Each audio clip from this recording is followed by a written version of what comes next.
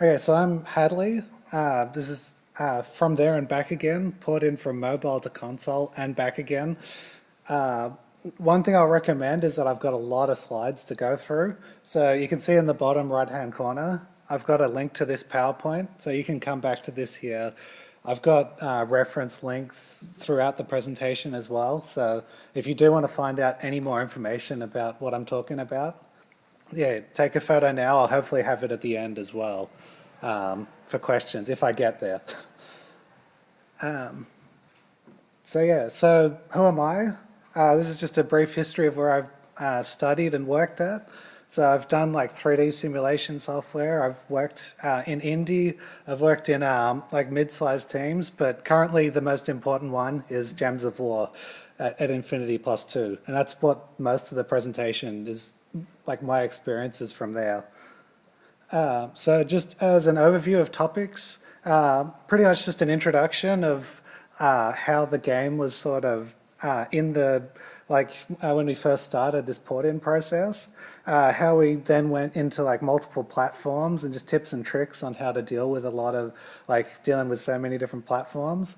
A majority of this presentation will be on textures. I'll go into like explain that later on, and also texture techniques, file sizes, and just like other considerations if I get around to that there. That'll just help the game when you start porting a game to multiple platforms. So, introduction. Fingers crossed this will work, which it has not, so I've backed up with this, so hopefully if I can get it across. So this is just a trailer of the game. And it has no sound. So, so pretty much Gems of War, it's a like the next generation of Puzzle Quest. So you can kind of see all of the different like board game, match 3 puzzle game, but there's like yeah, a whole bunch of troops, like a collectible card game that you sort of play as you're playing the match 3. Yeah, pretty much, yeah, play for free now. So if you want to pick it up, you're welcome to, like it's all there up on the App Store. I'll go into the platforms a bit later. Okay, so as I said, it's match 3 puzzle game from the creator of Puzzle Quest. Platforms, PlayStation 4, Xbox One, PC, just Windows, iOS, Android and Amazon. So we've got a large range of platforms that we're going between. And I'd like to also point out, especially the last point here, play anywhere. Like we do have full cross-platform play on PC, iOS and Android. So you can actually play the same game across all of those platforms. So just to sort of explain the timeline of the project, you can kind of see the game actually started in Flash. Midway through, like a couple of years ago, we actually ported the whole game engine across from Flash into Unity within the, like while the game was live and running and with almost no like downtime for players. Like we had some players who like once we changed across to Unity, like didn't even know that we changed game engines. So, so I'd like to think that like that there was kind of a win for us. So yeah, so the game has been out since 2014, so it's almost 4 years old now. About a year after that, the console release came out. I say May 2016 is when porting started on the game. It was when myself and another person in the back corner of the room was hired to sort of work on the game. So everything from then onwards was ported in. By June 2017, we'd ported the game completely across to PC, which I stressed before. You could play the game on mobile and PC with the same account. So we had to support both versions of the game. That it would like switch game engines while you're actually like during that period of time, you could be playing on Unity and on Flash at the exact same time. But then by August 2017, we had completely ported the game across to Unity, and ever since then, we've just been improving the game. So as I said, 4 years ago, the game's been out for a while. So Unity 5 was the new thing. like Unity GUI, like we even talk about it even today and yesterday, like can we port the game across to Unity GUI because we're using NGUI because that was the only thing that was actually like tried and tested at that point in time. And also because of that, as I said, we myself and some of the team members actually got the game from another external company who did the initial port of the game across to console.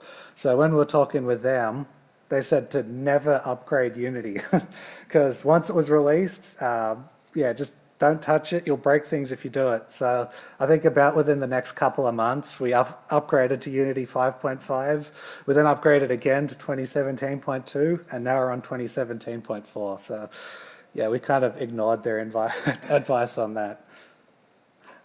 So just a side note with Unity versions, if you start supporting multiple platforms, especially console, it's actually a lot harder than you think to pick a version to work on. Mainly because for consoles, like they have been improving over time, but at least when we were looking at upgrading, there was only about like a specific version or a specific patch that they would aim towards.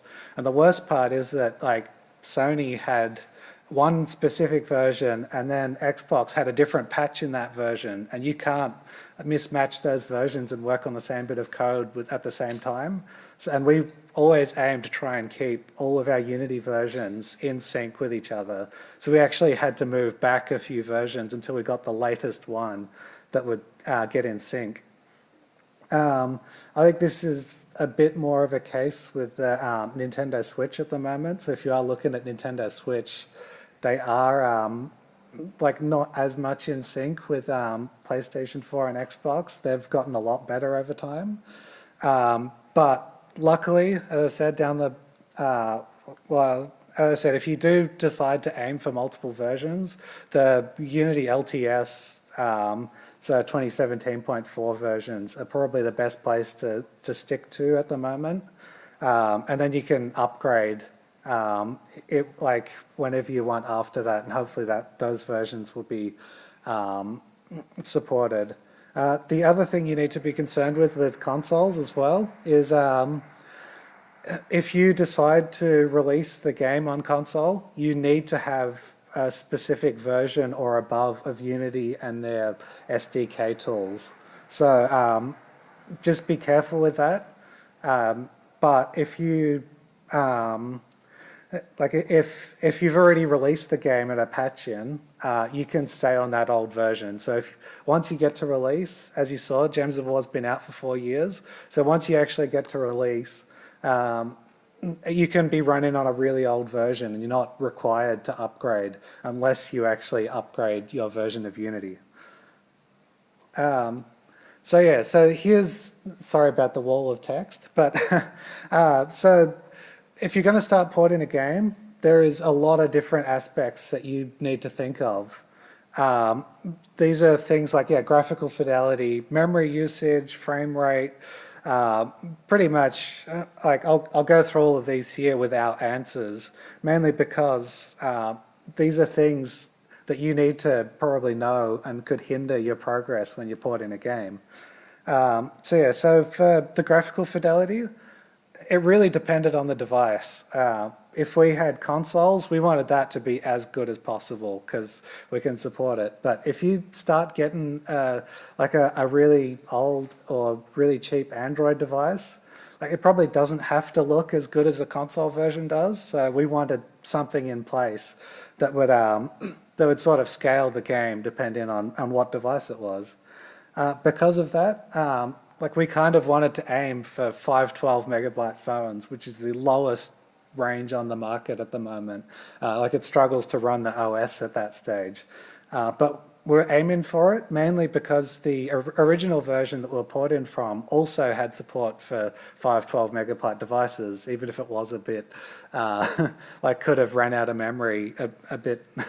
Yeah, so we were aiming for as low as possible. Yeah, we're kind of aiming for, as I said, potatoes, like the toasters, whatever the lowest end devices are. For frame rate, I think like our game didn't really matter for frame rate, but as long as it was constant. So if it wasn't like lagging or it wasn't like going at 60 down to 30, down to up to 50 and going down below 30, as long as it was like consistent, I don't think we're as worried about it. But we're still aiming for 60 and above. So yeah, so file size, especially mobile, you have to, if you want to get more people playing your game and download it whenever you want, there's the 100 megabyte download limit. Any higher than this here, you will be like, they will be forced to be connected to Wi-Fi to actually download your game. So if we could get it underneath the 100 megabyte target, that's pretty cool. Like that's what we're aiming for. So yeah, so portability, like we wanted the game to have the exact same code on consoles as like Android and iOS. Like that's the whole point of the port-in process. So we didn't want like huge branches in code, huge branches in like graphical things. So we want to try and be on the same code base. Another thing you'll have to worry about is control schemes. Of course, console, you're stuck with a controller. Mobiles, you're stuck with a touchscreen. You have to support all of them and hopefully do a good enough job that it doesn't feel like it's a mobile game on console or it's like a very poorly optimized touchscreen game. Battery usage, that's something that's also really important. We wanted it to be as low as possible, but yeah, it's always hard to sort of know how much battery your game's going to use. But you can always provide as many features as possible to players to make it use as low as possible. Just have the smallest footprint as you can. Aspect ratios was another thing we had to really be concerned with, mainly because we were on console. You mainly just get stuck with a 16:9 aspect ratio, like 1080p.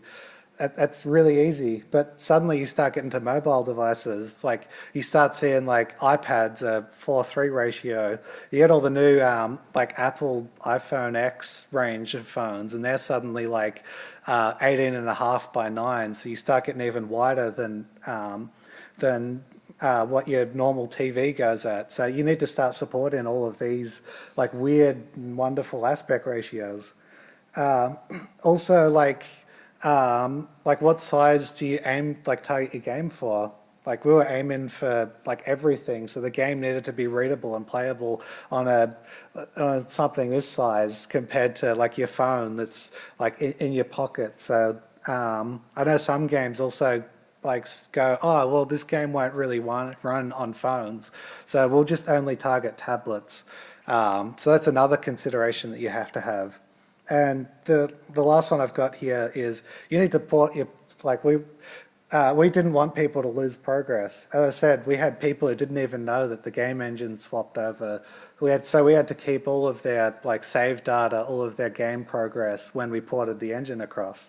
So that if you don't do this, you might lose like hundreds of thousands of players or like a large percentage of your code base. So we were pretty, we're pretty scared when we pushed the button to release. And yeah, as I said, everyone had a few complaints because things were different, but they were able to play the same game, same progress, didn't have to restart, which is great. Okay, so the next thing you have to do when you port in a game across, in our case, is just identifying pain points. So we were going from console to mobile. So that's like best case scenario to worst case scenario. So you kind of have to look at a whole bunch of different questions and go like, in your existing game, like we had the console version, like what's the frame rate like in your game? Does it dip in performance or like do you keep a constant 60 frames per second? So with our game, it seemed constant throughout the game. So fingers crossed that would have actually come across into the mobile version. Number of draw calls that you have, like can you display everything you want on screen just in your current version? So our answer to that was like we had some sections that needed a bit of optimizing, but it was not a really big job. And I think any improvements of that kind of stuff's always good. What's the CPU usage like on your game? Like consoles have like multi-core like really high processor amounts and stuff like that, and is only run in the game, where suddenly like what's your game like running on the consoles, and what's the CPU usage like? We were using the Unity profiler, and everything with CPU wise seemed to be pretty good. Like it didn't affect frame rate. It didn't seem like it was a big problem. So memory is how much RAM does your game use, which we're going from consoles, which have like 4 to 8 gigs, depending on how much you can use, all the way down to, like now we're looking at Android devices, which suddenly we were aiming for 512 megabytes. And the answer to that question at that point in time, like we're actually running pretty close to out of memory on PlayStation 4. So we just went, oh, crap, that's a big problem. So we need to really focus on memory. We also had the file size of the game, because like we wanted to target the 100 megabytes, but we were actually using over 2 gigabytes on Xbox and PlayStation 4. So like this is a fair bit higher than our 100 megabyte target we're aiming for. And as I said, like, does it work in a non-native resolution? Our game only worked in 16:9 because consoles only needed 16:9.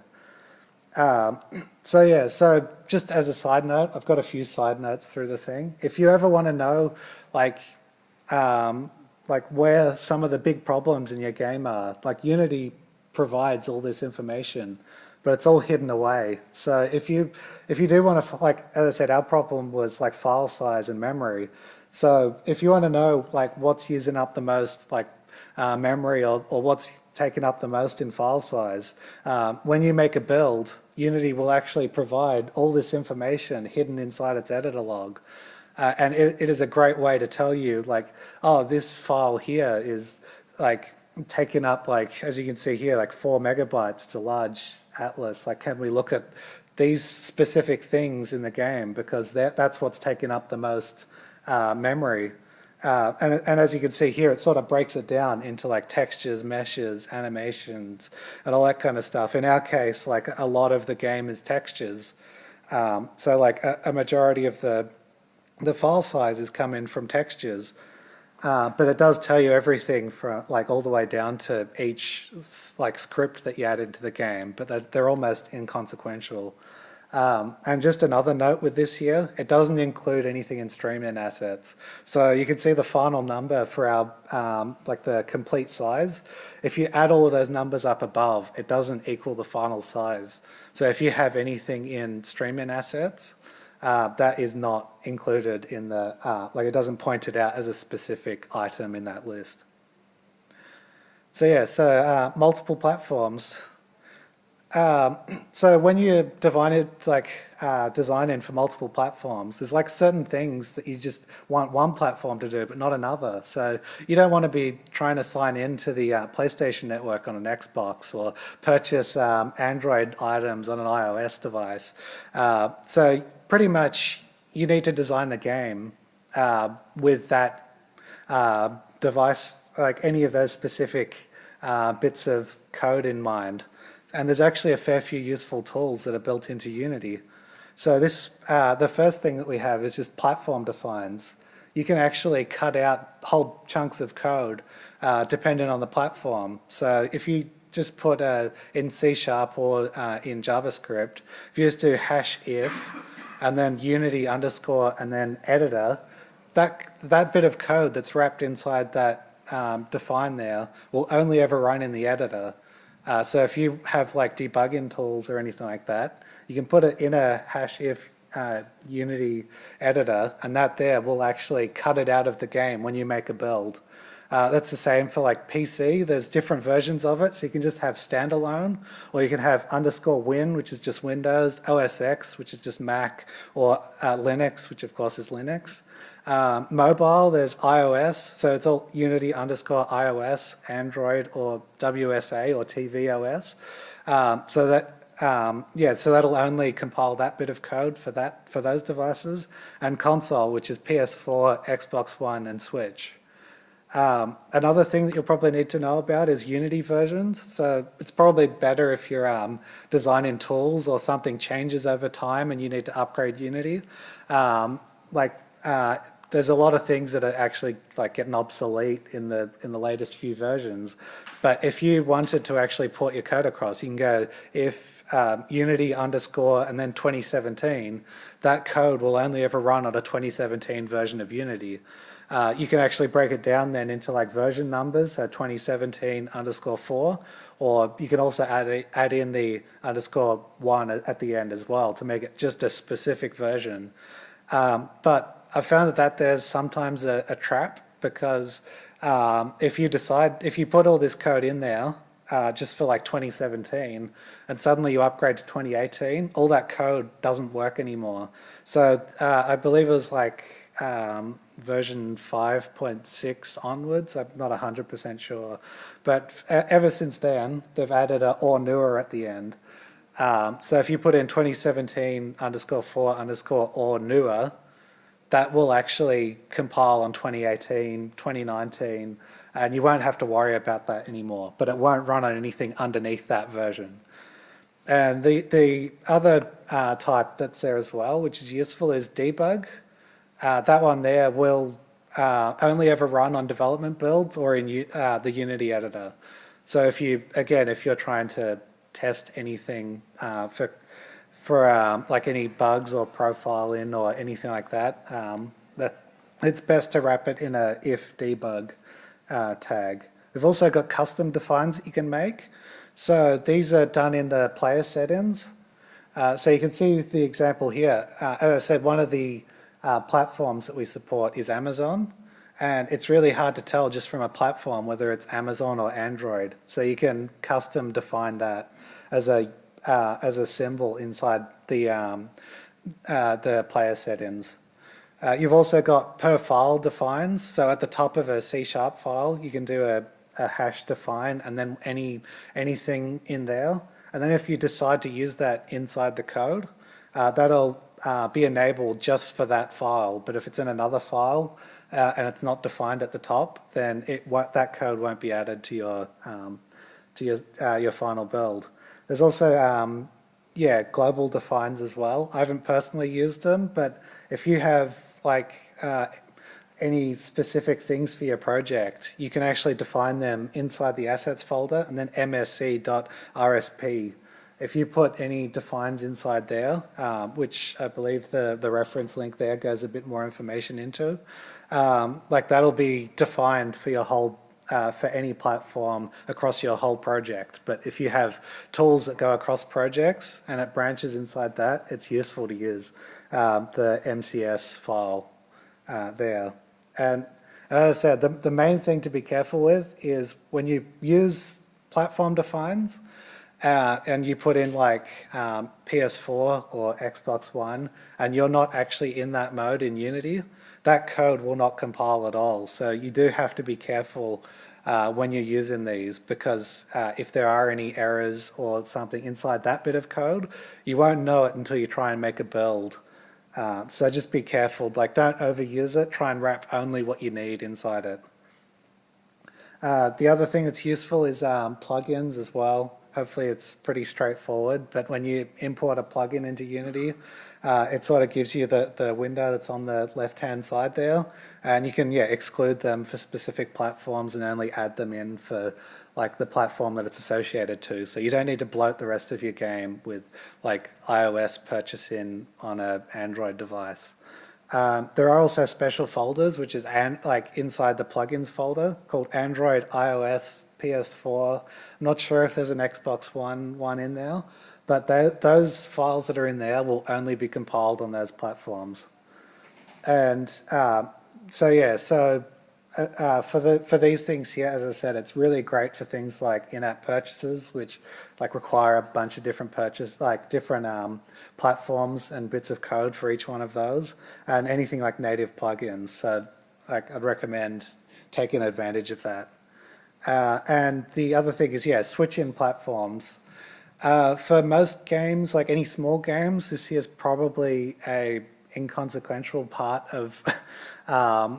So you want to like switch it to Android or iOS. It doesn't take too long, but if you start getting more like plugins, textures, and code, like your project starts to build up over time, this here is actually a huge pain point because, like, yeah, for our project, I'll go into it a bit more, but if we switch to Android, it can take up to 7 hours. So, so trying to do as much as possible to avoid that. Like the way that we have it in for the game, we have actually like multiple versions of the same repository, just one built out for each platform. So like when you open it up, we just switch the platform, do it once, keep updating over time.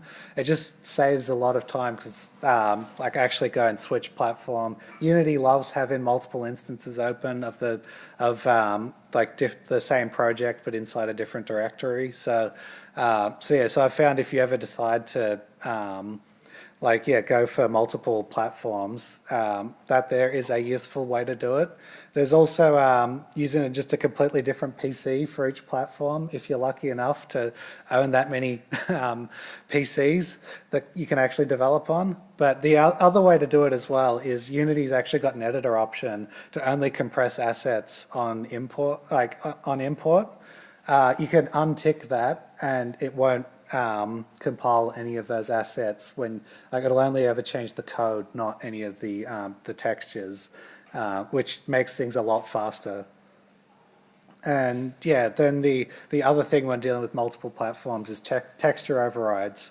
So by default, Unity will sort of pick what it thinks the best thing is for your textures. So it's like, do you want high quality, like normal or low, or just uncompressed? But you can kind of see that there's default is the big highlighted one, and then there's like all the different icons there for all the different platforms. So you can actually go in and override a specific like texture format for a specific platform. And just as another note, Unity will only ever show the options that you have installed on your computer. So if you don't have like mobile installed with Unity, then it won't show any of those options. But if someone else does and they were playing around with those settings, it won't affect anything on your computer and you won't override anything on theirs. So now into the main part of the talk. So we've got textures. As I said, Gems of War is a texture-heavy game. We've currently got over 3,000 different textures in the game, and each update, which is probably about every 6 to 12 weeks, we add in an extra 200 to 300 textures. And these range from like really small, like 256 by 256, all the way up to like 4K textures. So when we were looking at porting the game, as I said, like memory usage and file size were a big part of it. So we had to actually try and, we thought this here was the best place to start trying to optimize and compress the game down. So as I said, this here thought it was a good place to start. So just the numbers for this here, that compression makes a huge difference. When you have a file that's uncompressed for a 2K texture, that takes up 16 megabytes of memory. If you just compress it into like the default format that Unity uses, which is BC7 for PC, that'll go down to 4 megabytes. Another note is if your file doesn't have alpha, make sure to turn that off with Unity, because that'll actually like either cut the size of your file down by a quarter to a half, depending on the compression method that you use in. So that 16 megabyte file could be down to 2 megabytes instead. Just another tip, if you halve the resolution of an image, it actually makes it a quarter of the file size, mainly because, yeah, you're making it like it's only one piece of the four things there. So you've actually got a large decrease if you can actually reduce the file size.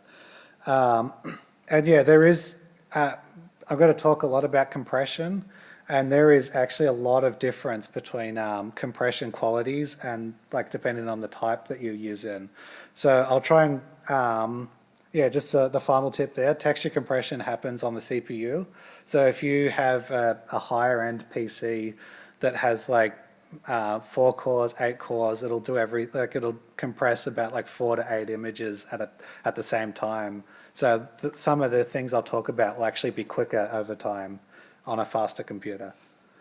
But yeah, so the concerns is that if you ever want to compress a texture, it needs to be a power of 2. So it can be like, yeah, 512 by 512. It doesn't need to be square though. So it can be like 4K by 2K, and that's still fine. Compression can take a long time depending on what you use. And the image quality, as I said, can look worse over time. Like depending on the actual quality that you use. And just a final note, if your device doesn't support the texture compression that you use, it will actually uncompress it and store both the compressed and the uncompressed in memory. So where I had before a 16 megabyte file turned into 4 megabytes, if you use the wrong texture compression, that'll store 20 megabytes in memory. So you do have to really be careful with this. Just as an example, I've got an image baseline. So this is a troop from our game with a background. And I'm going to focus in just on the spear section because I thought that had a lot of nice details to it. I will warn you though that the closer you are to the image, the more you'll see differences. So I don't know how it'll look to some of the people in the back. But yeah, so this image here is uncompressed. It takes up 4 megabytes because it's a 1K texture and it has alpha. So the first one, I'll pick out the easy device first. If you have consoles, they're easy. You only have one, or with the PS4 Pro and the Xbox One X, two devices to actually target. The great thing about this is that everyone has the same hardware, and memory usage, like apart from we were running out of memory, isn't really, like wasn't as much of a worry. Like we had a large amount there to use. And as I said, less variation means less headaches. So when you start looking at the texture formats that are available, there's kind of 4 that were the main ones to use on consoles. We have DXT1, which doesn't support alpha. We have DXT5, which has the alpha channel. BC6, which doesn't have alpha but supports HDR. And BC7, which does support alpha. And yeah, you can kind of see how many bits per pixel is in there. So I've got an example that I'll have for all the future ones of this as well, where a 256 by 256 image will be like 32 kilobytes for DXT1, but 64 kilobytes when it has the alpha channel built into it, or if it's got HDR. So yeah, so these are our choices. And so I thought the best thing we'll do is just compare like what they all look like. So we've got DXT5, that makes a 1K texture 1 megabyte, and we've got BC7, which is also 1 megabyte. It's probably pretty hard to tell what the differences are, as I said, from a distance, but there are small pixel differences between the two. And I'd recommend looking at the PowerPoint at home, and you can actually see all the fine differences, or just on your own project, just change the format and see what it looks like. We've also got BC7 again and the DXT1. So this is like an image without any alpha. And as you can see there on the left-hand side, the image does not have alpha, so it just pads the rest of it with just colors. But yeah, so it doesn't show anything behind there. But with this image here, because it doesn't have alpha, it's using half the file size, so that's always a positive. So because of this, the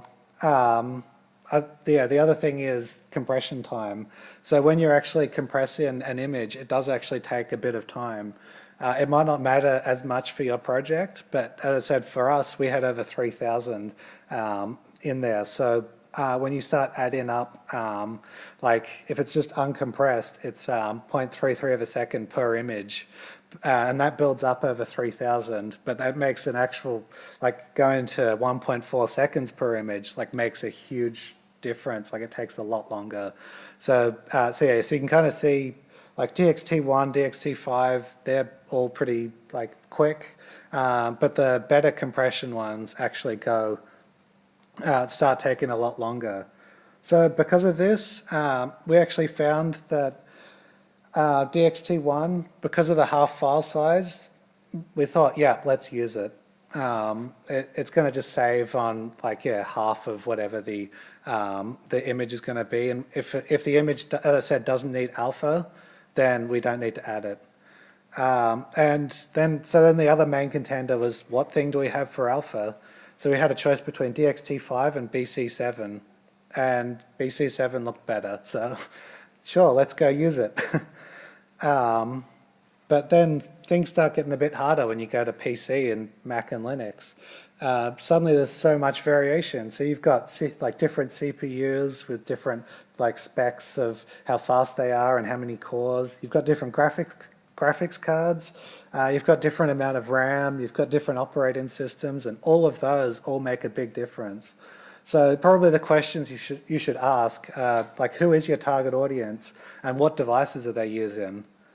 So luckily for us, it's the same 4 options that we had before for console, but the platforms have changed to be, of course, what actually is targeted for these PC compression formats.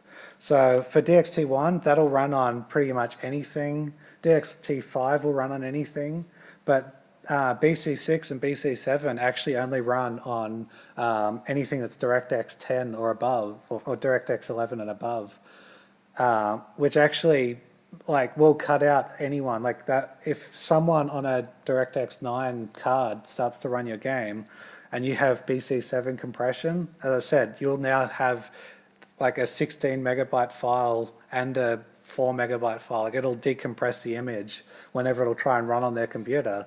And when you think about it, like, they're running on a really old computer. Can they really afford to have more RAM to run your game?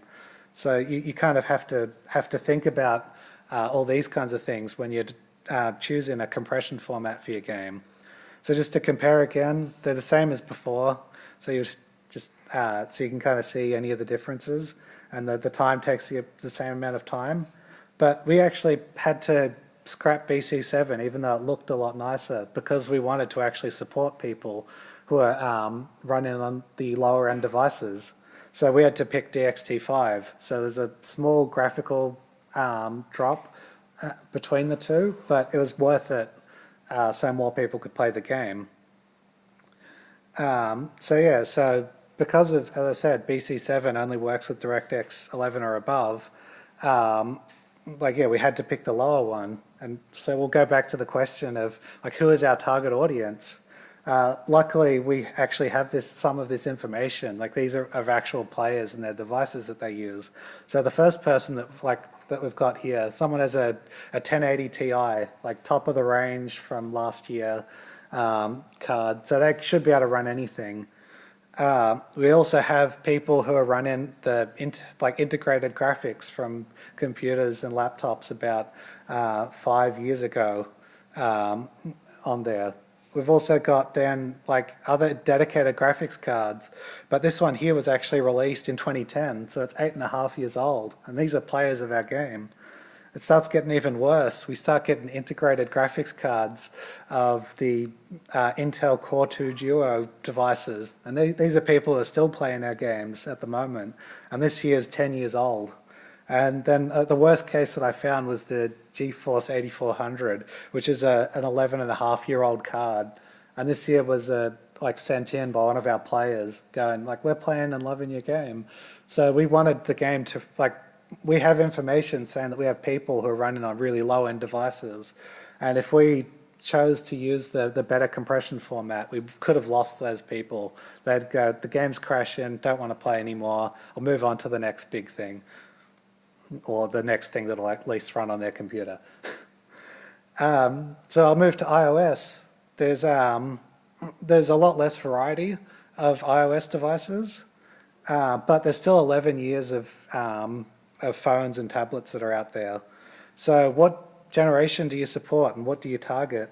There's a great website called iOS Support Matrix that'll just break down all of the different iOS devices that are out there by their generation, by how much RAM they've got, and if Apple still supports them. So it's a really good way to sort of go, okay, where do I cut off? Like, where do I stop supporting people and their devices? So just as a side note, just take a look at the website when you're building a game for mobile, for iOS specifically, because it's a great resource. So for iOS, there's actually a different set of compression formats that you can use. So there's PVRTC, there's a non-alpha version and an alpha version, and there's also ASTC, and you can use uncompressed, but at 16-bit instead of 32-bit. As you can see there, PVRTC works on all iOS devices, where ASTC only runs on anything that's the A8 chip and above. So that's iPhone 6 or iPad Air 2. So anything before that wouldn't be supported. So just to sort of see the differences between it, so the right-hand side here is the PVRTC, and the left-hand side is the ASTC.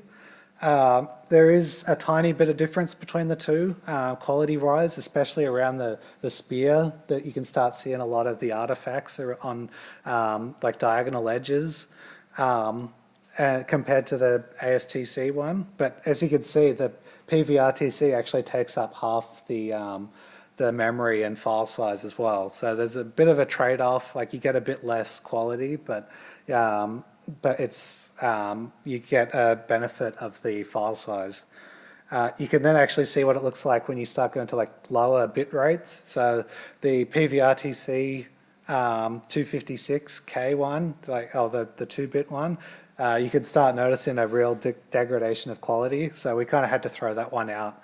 And then uncompressed is like double the file size of ASTC. So like we could use it because it's supported on everything, but you're still like doubling the sizes. And as I said, compression time now starts making a big difference. PVRTC suddenly becomes like 5 seconds per 1K texture to compress, where ASTC actually goes up even higher. So if you start having 3,000 textures, that'll actually start taking a lot longer to compress an image. So because of this, we decided to go with PVRTC. Mainly because we wanted to support all the older devices as well. But there is actually a problem with PVRTC. It doesn't support non-square textures. So as you can see here, we've got like a power of 2 texture, but when we put it into PVRTC, it stretches out into a square. And we had a problem with that because a lot of our game was using it. We had to support a whole bunch of different devices, and we couldn't really afford to spend like double the resolution on it. So we had to find a solution. With that, we decided to actually use we had to use asset post-processors, which is a great thing that Unity's got built into it. So we actually have a script that will find any non-square textures on iOS when you import it into the game, and it will actually just pad out any of the image to make it non-square. We pick whatever the last pixel was in that column, so it'll just stretch whatever the last pixel is. In most of the cases, it'll be like a transparent pixel or something, so it'll just add in a bit more like transparent space.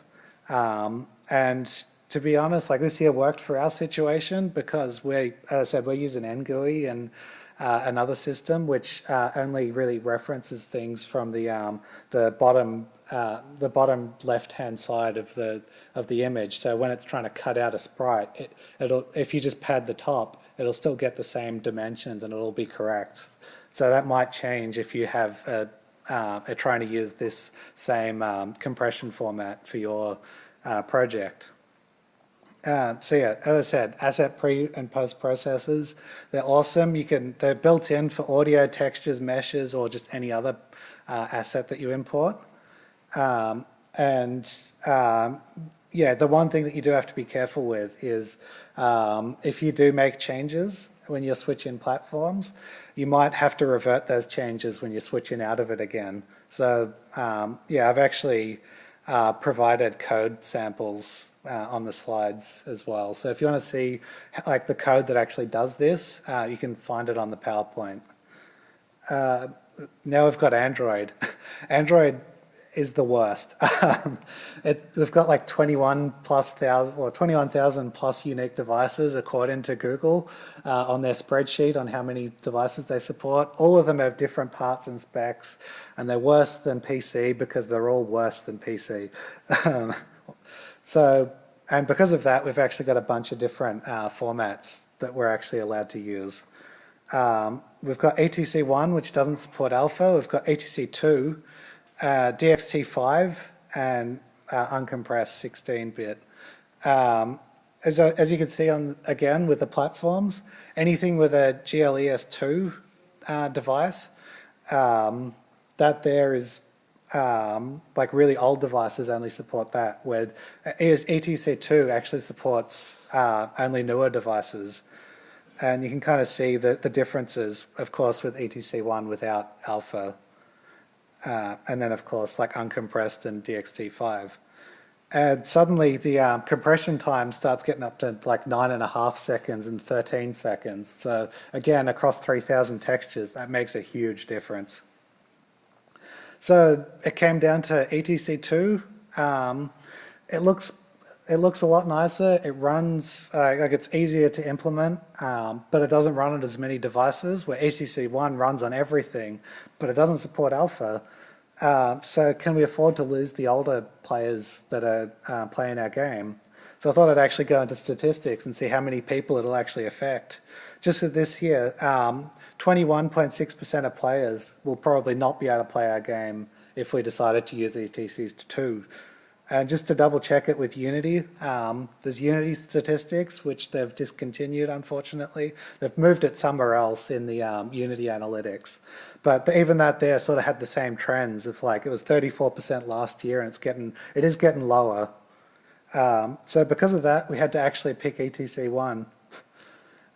So because of that, we couldn't support alpha, so we had to actually generate a second texture with the alpha channel separated out of it. So we actually went back to asset preprocessors. Anything that had an alpha channel, we pretty much had to calculate it all out. We had to rewrite some of our shaders to then support the alpha texture in there. And I've provided, of course, sample code for this year as well if you want to use it. Just as another side note for Android compression, there are different compressors available built into Unity, which is inside Unity Preferences Editor. And you can kind of see here like whether it's good or bad. And I've got image compression, like comparisons there as well. But it starts taking a hell of a lot longer. So if you want the best one, it starts taking 128 seconds per image. Which unfortunately we had to use to try and make the game look as good as possible. And then we've also got crunch compression as well. So yeah, so that'll actually like lower the file size down a fair bit depending on the quality number that's used. And you can kind of see the file sizes on the side there. And yeah, just as a comparison of it, so that's uncompressed, that's normal compression. We've got crunched at 100%, which is suddenly down to like a fifth of the file size. We've got at 50% where it starts getting a bit worse, and then down to 25 and 0 where it's a lot smaller image, but you can start noticing all the artifacts. And that there also makes a difference with compression time. Picking the best compression for your game is a big process. This is what we went through pretty much. It's always a balancing act. For trying to pick the best thing for the compression time versus the platform support and the quality of the final image. And Unity's defaults are good, but you can probably find something better for your game. And then also, yeah, you might need creative solutions to sort of pick your thing. I think I'm almost out of time, so I'll skip ahead to the conclusion. So I have got other slides in there. Which was just some other considerations, as I said at the start. So just to sort of see, like, all of these methods that we sort of used, like these are our build sizes for Xbox. We started about 2 gigs. After the 2.2 update that we did, we put in texture compression, and suddenly we just got rid of 500 megabytes. Then by the 3.05 update, we started compressing asset bundles and stuff like that, which made a huge difference as well. And then pretty much we were just sort of cutting things out over time. And then, as you can see in like 3.4 onwards, like we were still adding 200 to 300 textures per update.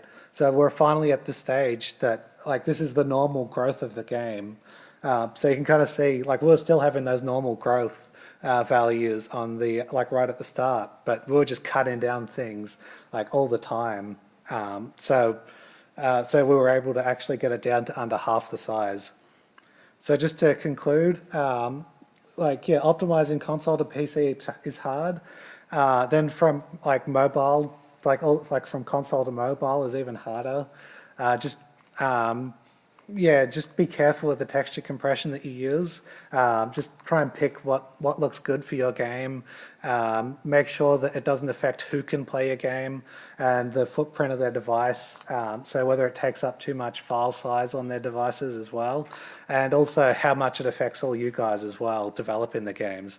So as I've got there, optimizing is great, but knowing what to optimize as well. Like for us, it was textures. So, but for you guys, it might be like 3D meshes. It might be draw calls. You have to just identify that when you go to start porting your game. And yeah, as I said, every game is different. So just know what you have to work on. And yeah, that's the end.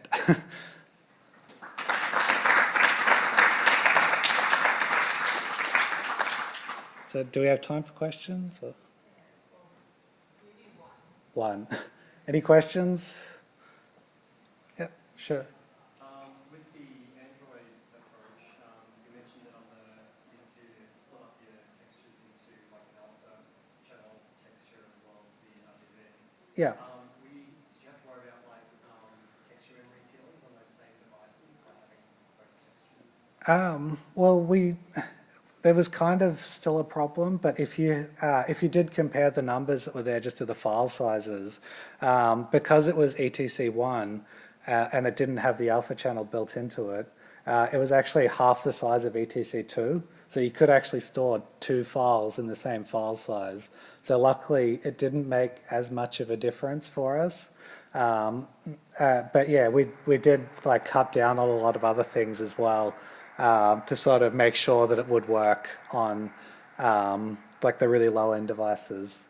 And as I said, I've got a couple of slides in there on like how we did that. But if you look on the link to the PowerPoint here, I've tried to provide as much information as possible. And you can go to the links. Like I've referenced out to like the Unity documentation, and hopefully that'll help out. So I think that's it. Thanks for coming.